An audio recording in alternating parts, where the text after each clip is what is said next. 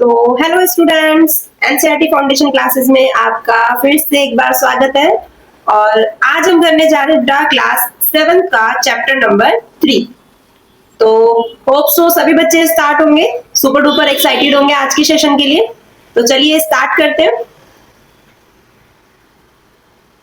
Chapter number 3, electricity circuits and there components. तो आज हम लोग पढ़ने जा रहे हैं, हम लोग एक शहर पर निकल रहे हैं। जनरली किसकी शहर पर? इलेक्ट्रिसिटी के बारे में जानने के लिए। ठीक है, तो आज हम जानेंगे कि जो विद्युत होता है ये क्या होता है। ठीक है, कैसे जो आपके घरों के अंदर बल्ब है ये सब कैसे रोशनी करते हैं। ठीक है, ये जो इलेक्ट्रिसिटी है वो कैसे बनती है, क्या क्या इसके परिपथ है, सर्किट्स होते हैं परिपथ, और इनके कंपोनेंट्स क्या क्या है, इनके घटक क्या क्या है, इन सब के बारे में आज हम बात करने वाले हैं। तो चलिए स्टार्ट करते हैं। Nihal and his classmates were excited for their school trip to the Bhakra Nangal dam. अब बेटा यहाँ पर दो बच्चे हैं, जनरली स्कूल का ही एक ट्रिप जा रहा है जिसके लिए निहाल और उसके जो क्लास के बच्चे हैं वो बहुत ज्यादा एक्साइटेड थे। कहाँ जाने के लिए? स्कूल के द्वारा ट्रिप जा रही है। कहाँ पर बेटा? भाखड़ा नंगल डैम में। ठीक है, they would visit the hydroelectric powerhouse where the force of falling water was used to generate electricity। अब उनको वहां पर क्यों लेके जाया जा रहा था? उनको ये विजिट कराने के लिए कि कैसे जो है आपका जो फॉलिंग वाटर होता है ना, जो गिरता हुआ पानी है, उसका कैसे उपयोग करके बिजली बनाई जाती है, ये जनरली दिखाने के लिए वहां पर ले जाया जा रहा था। They also looked forward to the free 13-kilometer train ride from Nangal in Punjab to Bhakra in Himachal Pradesh, along the beautiful Satluj River and through the Shivalik Hills। और उनको बेटा रेलगाड़ी के द्वारा कहाँ? पंजाब के नंगल से हिमाचल प्रदेश के भाखड़ा तक लगभग 13 किलोमीटर की जो लंबी यात्रा थी ना, और उसकी एक तो कैसी थी? फ्री ऑफ कॉस्ट थी, है ना, यानी कि कोई पैसे नहीं देने पड़ रहे थे। इसकी जो यात्रा थी इसके लिए बच्चे जो है बहुत ज्यादा क्या थे? आनंदित थे और बहुत ज्यादा उसकी वेट कर रहे थे। और साथ ही साथ जिसके अंदर उनको ये जो उनकी ट्रेन थी वो कहाँ से होते हुए गुजरने वाली थी? बहुत सुंदर सतलुज रिवर से और शिवालिक जो पर्वत श्रृंखला है वहां से होकर ये गुजरती थी। ठीक है, Prior to the trip, Nihal and his classmates were given a group assignment to prepare a presentation on the use of electricity। क्या कह रहे बेटा कि जो यात्रा से पहले निहाल और उसके जो क्लास है पार्टी थे, क्लासमेट्स थे, उनको एक असाइनमेंट दिया गया था। उनको प्रेजेंटेशन देनी थी किसके ऊपर? यूजेस ऑफ इलेक्ट्रिसिटी के ऊपर, कि जो बिजली है उसका उपयोग क्या है। ठीक है, They began by looking around their houses, then their school, followed by their neighborhood, their city, and finally they searched the internet। और उन्होंने इसकी जो जानकारी थी वो कहाँ कहाँ से इकट्ठी करी? सबसे पहले उन्होंने अपने घर में, फिर स्कूल से, फिर अपने आसपास के नगर से, फिर उन्होंने ऐसे इकट्ठे करते, फिर उन्होंने लास्ट में इंटरनेट से भी इन सबकी जो जानकारी है वो एकत्रित की। To their astonishment, their list kept growing. They decided to organize the uses under different headings। अब क्या कह रहा बेटा कि ये देखकर उनको बहुत ज्यादा आश्चर्य हुआ कि जो उनकी जो लिस्ट थी वो बढ़ती जा रही थी, है ना।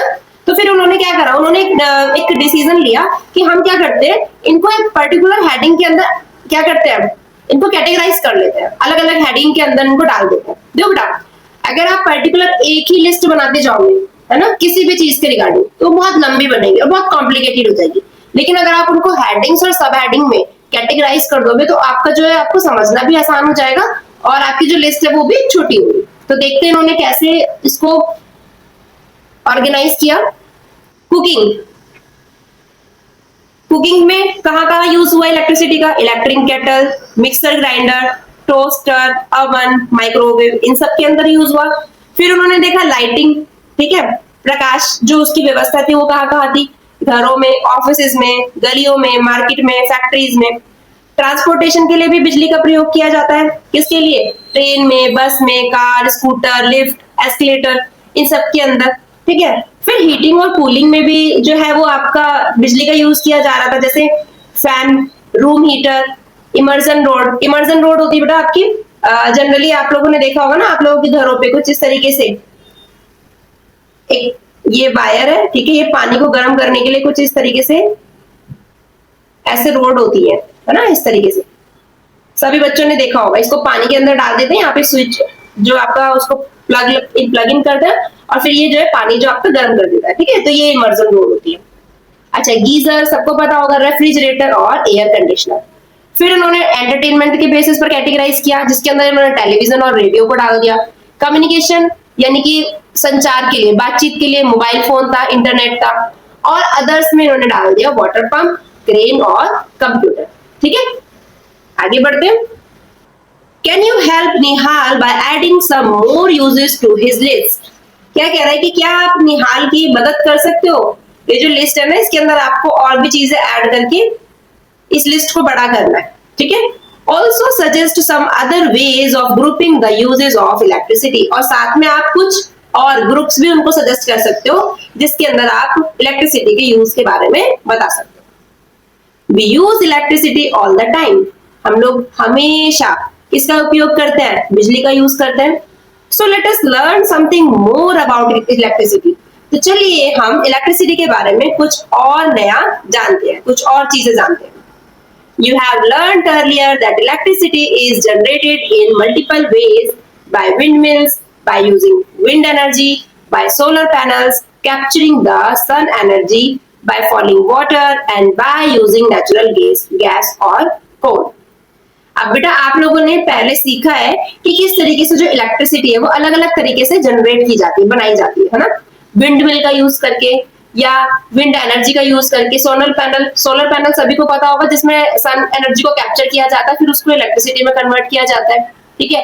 पानी का यूज करके या फिर नेचुरल गैसेस और कोयले का यूज करके भी हम लोग इलेक्ट्रिसिटी बनाते हैं। In the chapter nature's treasure in grade 6 science textbook curiosity, इसमें बेटा आपने ग्रेड 6 में जो चैप्टर था ना नेचर ट्रेजर का, इसमें आपने देखा होगा, पढ़ा होगा। The electric supply from these sources reaches our homes and factory via wires. जो इलेक्ट्रिक की जो सप्लाई है इन सारे सोर्स से कहाँ पहुंचती है, हम लोगों के घरों में या फिर फैक्ट्रीज में, किसकी मदद से, वायर्स की मदद से।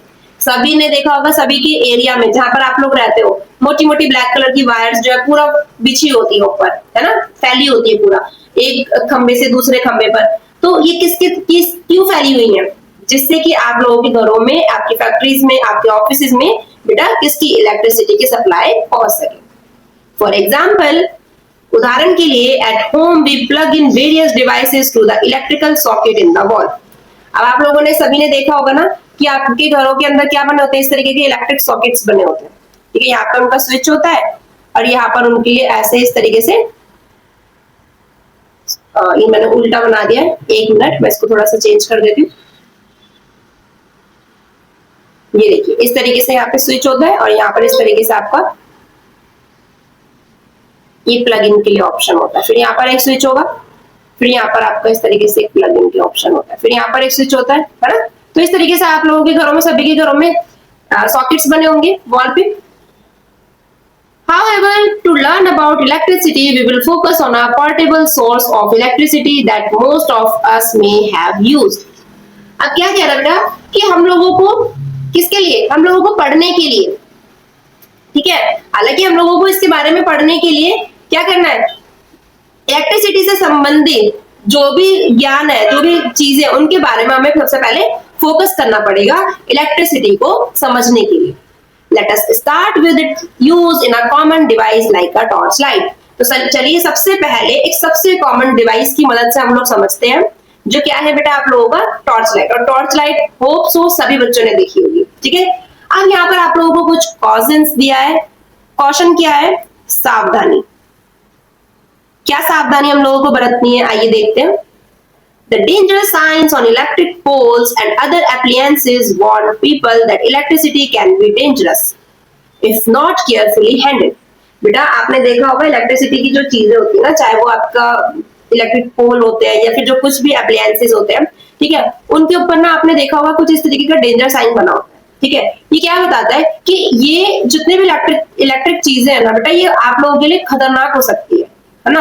आप लोगों के लिए ही जनरली सबके लिए खतरनाक हो सकती है अगर उनको अच्छे तरीके से, केयरफुल तरीके से हैंडल नहीं किया जाए, ठीक है।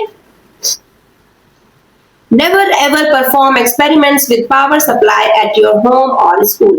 आप लोगों को कभी भी स्कूल या घर में, ठीक है, बिजली से रिलेटेड किसी भी तरीके का प्रयोग नहीं करना है। Even electricity from portable generators can be dangerous. यही नहीं बेटा, यहाँ तक कि ये जो आपके जनरेटर्स होते हैं ना, इनसे निकलने वाली इलेक्ट्रिसिटी भी क्या हो सकती है, बहुत ज्यादा डेंजरस हो सकती है। Use only batteries or cells like those in torch lights, wall clocks, radios or remotes for experiments with electricity. आप लोगों को एक्सपेरिमेंट, अगर आपको बिजली के लिए एक्सपेरिमेंट करना है तो आपको सिर्फ और सिर्फ बैटरीज या फिर सेल्स का प्रयोग करना है, जो टॉर्च लाइट, घड़ी, रेडियो, रिमोट इन सब में लगे हुए होते हैं। आपको सिर्फ उन्हीं को यूज करने की परमिशन है। Is it okay students? 3.1 a torch light. तो चलिए अब हम पढ़ते हैं टॉर्च लाइट के बारे में। You might have used a torch light, also called a torch or a flashlight. आप सभी ने बेटा यूज किया होगा टॉर्च लाइट का, जिसको आप लोग टॉर्च भी बोलते हो या फ्लैश लाइट भी बोलते हो, ठीक है। Activity 3.1 let us explore. तो चलिए एक्टिविटी 3.1 की मदद से कुछ एक्सप्लोर करते हैं। क्या करते हैं? Take a torch light similar to one shown in figure 3.1। आपको क्या करना है, जो 3.1 में जिस तरीके की टॉर्च लाइट शो की गई है, आपको ऐसे ही कोई एक टॉर्च लाइट लेनी है। Observe it carefully, do you notice a lamp and a switch. अब आपको उसको ध्यान से देखना है कि आपको इसके अंदर कोई लैंप या कोई स्विच दिखाई दे रहा है। Slide it switch and observe, does the torch lamp glow. अब क्या करना है, उस स्विच को धीरे से स्लाइड करना है, ठीक है, खिसकाना है, आगे पीछे करना है। क्या आपकी जो टॉर्च है वो जल रही है, उसका जो लैंप है वो जल रहा है, ग्लो कर रहा है। Now slide the switch back to the original position and observe the torch lamp. अब वापस से उसको उसी जगह पर जैसे आपने स्लाइड किया था ना, वापस से स्लाइड करके उसको उसकी ओरिजिनल पोजीशन पर लेकर जाना है। अब फिर से आपको ऑब्जर्व करना है कि टॉर्च लैंप पर क्या हुआ। You might have noticed that in the first position of the switch, the torch lamp glows, and in the other position the lamp does not glow. हो सकता है बेटा आप लोगों ने ध्यान दिया होगा कि जब आप स्विच को पहली पोजीशन में लेकर आए होंगे तो आपका जो बल्ब है, जो टॉर्च है, वो ग्लो की होगी, और जब आप उसको वापस से उसकी ओरिजिनल पोजीशन पर लेकर जाओगे तो वो वापस से वो क्या हो जाएगी, बंद हो जाएगी। Now open the torch light, what do you find inside? अब आपको क्या करना है, उस टॉर्च लाइट को खोलना है और खोल के आपको देखना है कि अंदर आपको क्या दिखाई देता है। Inside the torch light you may find 2 or more electric cells. Torch के अंदर जब आप खोल के देखोगे तो आपको 2 या 2 से अधिक क्या दिखेंगे बेटा, आपको इलेक्ट्रिक सेल यानी कि विद्युत सेल दिखाई देंगे। Why does the torch lamp glow in one position of its switch? अब ये बच्चा क्या कह रहा है, स्टूडेंट कह रहा है कि एक ही स्विच की पोजीशन पर ही क्यों लाइट जल रही है टॉर्च में, है ना। ऐसा क्यों नहीं हो रहा कि दोनों साइड से चल रहा है। तो अब जब मतलब आपके सामने जब कोई नई चीज आती है तो आपके दिमाग में भी क्वेश्चन आता है ना, तो इसी प्रकार इस बच्चे के दिमाग में भी क्वेश्चन आ रहा है कि एक ही पोजीशन में जो टॉर्च का जो लैंप है वो ग्लो क्यों कर रहा है। आगे बढ़ते हैं। 3.2 अ सिंपल इलेक्ट्रिकल सर्किट। तो आइए 3.2 पे अब हम लोग देखते हैं एक सिंपल इलेक्ट्रिक सर्किट, ठीक है। सर्किट क्या होता है बेटा, परिपथ होता है। आइए अब इसके बारे में जानते हैं। एक साधारण सा विद्युत सर्किट या विद्युत परिपथ। To understand how a torch works, let us first find out about its component. तो सबसे पहले ये जानने के लिए कि आपकी जो टॉर्च है वो काम कैसे करती है, उससे पहले हम लोगों को ये पता करना जरूरी है कि उसके कौन कौन से कंपोनेंट्स हैं, उसके कौन कौन से घटक हैं, ठीक है।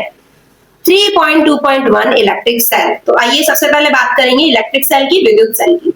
क्या है 3.2, लेट अस ऑब्जर्व। तो चलिए कुछ ऑब्जर्व करते हैं, देखते हैं।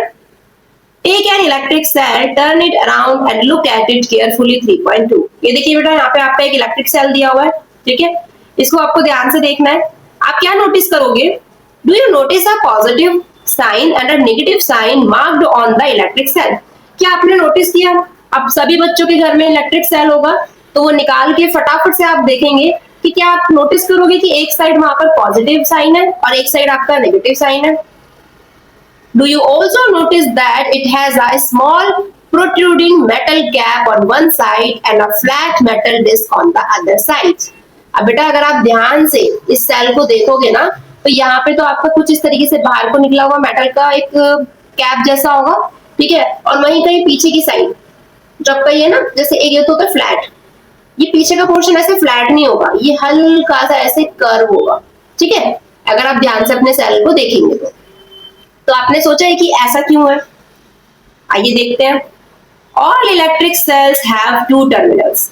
बेटा जितने भी इलेक्ट्रिक सेल्स हैं उन सबके दो टर्मिनल्स होते हैं, दो सिरे होते हैं। टर्मिनल्स यहाँ पर मैं बता देती हूँ आपको, टर्मिनल्स को आप सिरे बोल सकते हैं, ठीक है। दो सिरे होते हैं, one is called positive while other is negative. एक तो पॉजिटिव होगा और दूसरा नेगेटिव होगा। जहां पे आपकी मेटल की जो कैप नजर आ रही है ना बेटा, ये होता है इलेक्ट्रिक सेल का पॉजिटिव टर्मिनल, ये देख सकते हो आप, ठीक है। और जहां पे आपकी जो डिस्क मैंने बताया था, मेटल की डिस्क थोड़ी सी अंदर की तरफ होती है, ये आपका कहलाता है नेगेटिव टर्मिनल्स, ये देख सकते हो आप इधर। The electric cell is a portable source of electrical energy. बेटा ये क्या है, जो इलेक्ट्रिक सेल है ना, ये पोर्टेबल सोर्स है, यानी कि आप इसको कहीं भी आराम से ले जा सकते हो, ठीक है। 3.2.2 बैटरी। अभी हमने सेल के बारे में जाना, अब हम जानते हैं बैटरी के बारे में। पहले जरा ये जो साइड में एक स्टूडेंट है इसकी देख लेते हैं क्या बताना चाह रही है या क्या पूछ रही है। In a torch we generally use more than one cell, यानी कि टॉर्च में हम एक से अधिक सेलों का यूज करते हैं, ठीक है। Are those placed in any particular order. क्या इनको किसी पर्टिकुलर ऑर्डर में लगाना जरूरी है? क्या ऐसा है कि आपने सेल उठाया और कैसे भी लगा दिया और आपका जो जिस भी इलेक्ट्रिकल एप्लायंसेस में आपने वो सेल लगाया वो काम करना शुरू कर देगा, या फिर आपको एक पर्टिकुलर ऑर्डर में ही लगाना पड़ेगा? तो आइए इसके बारे में भी जानेंगे। चलिए एक्टिविटी 3.3 में कुछ एक्सपेरिमेंट कर लेते हैं फिर से। Take a torch which uses two cell.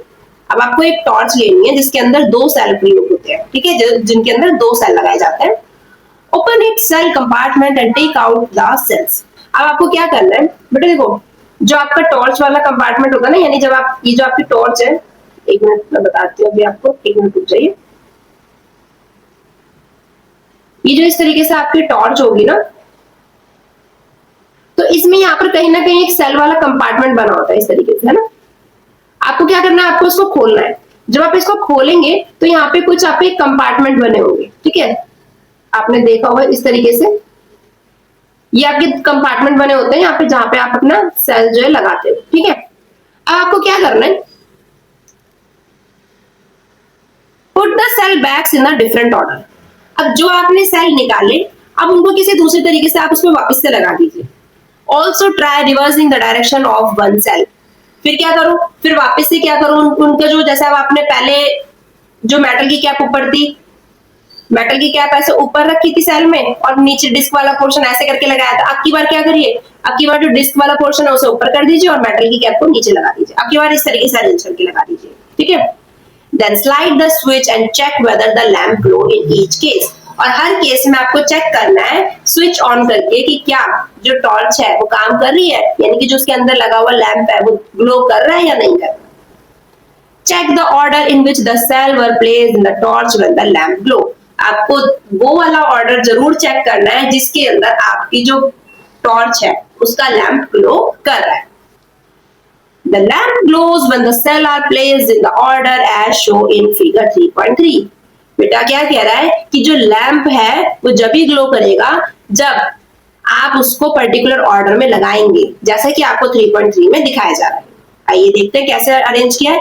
Notice how the terminals of the two cells are connected. जरा ध्यान से देखिए कि किस तरीके से दो सेल के जो टर्मिनल है उनको कैसे कनेक्ट किया जा रहा है।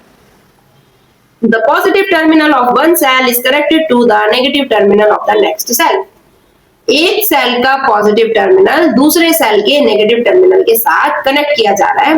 And such a combination of two or more cell is called a battery. और इसी तरीके से जो ये कॉम्बिनेशन बनता है, दो या दो से अधिक सेल को जब आप इस तरीके से कंबाइन करके लगा देते हैं ना बेटा, तो वो पर्टिकुलर किसकी तरह काम करने लगता है, वो एक बैटरी की तरह काम करने लगता है। और उस अरेंजमेंट को हम क्या बोलते हैं, उसे हम बोलते हैं बैटरी।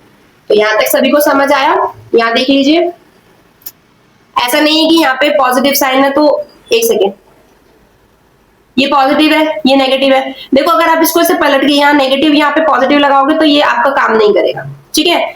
हमें काम कराना है ना, ग्लो कब करेगा हमारा बल्ब? हमारा बल्ब तभी ग्लो करेगा जब आप देखो यहाँ पे पॉजिटिव है, नेगेटिव है, नेगेटिव के साथ हमें पॉजिटिव को अटैच करना है, और यहाँ पे भी आप देख सकते हो, ये देखिए, ये negative positive, negative positive, negative positive, यानी कि जब आप एक पॉजिटिव टर्मिनल को एक नेगेटिव टर्मिनल के साथ कनेक्ट करते हो तभी आपका जो एप्लायंसेस है वो काम करेगा। For many devices we may need more than one cell। अब क्या कह रहा था कि हमें अलग बहुत सारे डिवाइसेस के लिए, कुछ छोटी डिवाइसेस है उसमें आप एक सेल लगा सकते हो, जैसे कोई टॉय हुआ, ठीक है, या कोई आप छोटा सा एक्सपेरिमेंट कर रहे हो, बल्ब को सिर्फ आप ग्लो करके दिखा रहे हो, उसमें आप एक सेल लगा सकते हो। लेकिन अगर आप अलग अलग डिवाइसेस में देखोगे ना तो आपको एक से ज्यादा सेल की जरूरत पड़ती है। So we connected two or more cells together as shown in figure 3.3। तो अगर आप बड़े डिवाइस का यूज कर रहे हो तो आप उसमें क्या कर सकते हो, जैसे आपको अभी पिछले फिगर में दिखाया गया था ना कि आपने दो चार सेलों को एक साथ कनेक्ट कर दिया था, आप बिल्कुल उसी तरीके से उनको कनेक्ट कर सकते हो। Connecting more than one cell provide energy to the circuit for a longer time or more energy। जब आप एक से ज्यादा सेल को कनेक्ट कर देते हो तो वो क्या करेगा, वो आपके सर्किट को लंबे समय तक काम करने की एनर्जी प्रोवाइड कराएगा। Is it okay? तो आइए फिर से एक रोचक तथ्य देख लेते हैं, फैसिनेटिंग फैक्ट देख लेते हैं। The term battery is also used for a single cell. बेटा बैटरी का शब्द ऐसा नहीं है कि आप दो या दो से ज्यादा सेल के लिए यूज करोगे, आप एक सिंगल सेल के लिए भी बैटरी का टर्म यूज कर सकते हैं। We use the term battery even for the single cell that powers our mobile phone। हम जो हमारा मोबाइल फोन है ना उसको जो एनर्जी देता है ना, एक सिंगल सेल, उसको भी हम क्या बोल सकते हैं, उसके लिए भी हम लोग जो टर्म है यूज करते हैं उसे हम क्या बोलते हैं बेटा, उसे भी हम बैटरी बोलते हैं। Is it okay? तो ये फैसिनेटिंग फैक्ट आपको पता होना चाहिए। आगे बढ़ते हैं।